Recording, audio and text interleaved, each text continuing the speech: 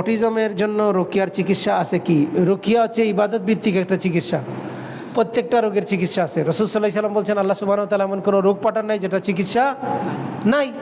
তো ইসলাম আমাদেরকে আশাবাদী করছে। ডাক্তার বলবে ডায়াবেটিসের চিকিৎসা নাই, ক্যান্সারের চিকিৎসা নাই, অটিজমের চিকিৎসা নাই, এটা ডাক্তার বলবে। আর আপনি যদি বিশ্বাস করেন তাহলে মুসা আলাইহিস সালাম বিশ্বাস করছেন দেখে ওনার সমুদ্রের মধ্যে কী হয়েছে? রাস্তা হয়েছে। তো আপনি যদি বিশ্বাস করেন তো আপনার ছেলে অটিজম থেকে ভালো হবে। যে আল্লাহ অটিজম দিতে পারছে ওই আল্লাহ ভালো করতে পারে না? তো আপনি তো হতাশ। আপনি যখন সমাজের কাছ থেকে ওপিনিয়ন নেবেন সবাই বলবে না এটা আর হবে না, তো আপনি হবে না গ্রুপে চলে যাবেন। তো আপনারটা হবে কিভাবে?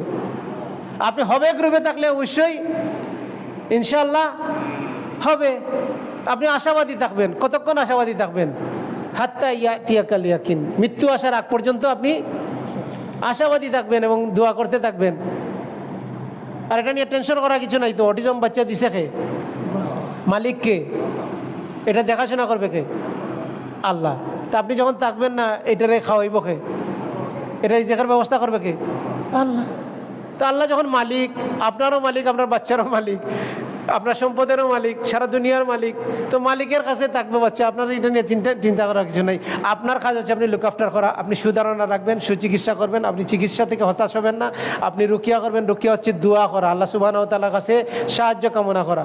আপনি দোয়া করতে থাকবেন, দোয়া করতে থাকবেন, সাথে সাথে চিকিৎসা গ্রহণ করতে থাকবেন। রাসূল সাল্লাল্লাহু আলাইহি ওয়াসাল্লাম দোয়াও করছেন, চিকিৎসাও করছেন, রুকিয়াও নিছেন, মেডিকেল ট্রিটমেন্টও নিছেন। রাসূল সাল্লাল্লাহু আলাইহি ওয়াসাল্লামের যুগে মেডিকেল ছিল না। আপনি বলবেন কীভাবে নিছেন?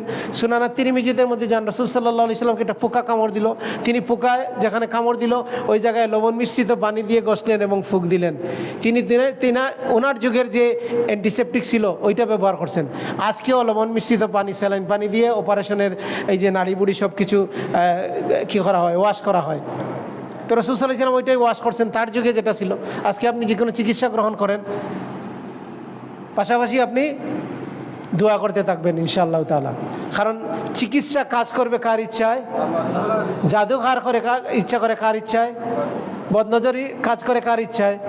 আল্লাহর ইচ্ছা। ইল্লা বিইজনিল্লাহ, আল্লাহর অনুমতি ব্যতীত এগুলো কাজ করে না। তো আশাবাদী হয়ে চেষ্টা করেন, ইনশাআল্লাহ সহজ করে দেবে।